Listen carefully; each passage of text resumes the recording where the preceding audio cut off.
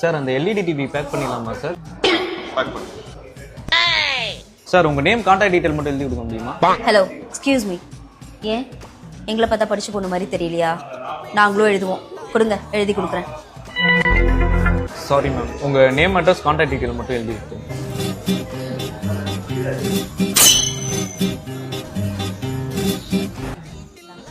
Thank you ma'am. என்னாச்சு?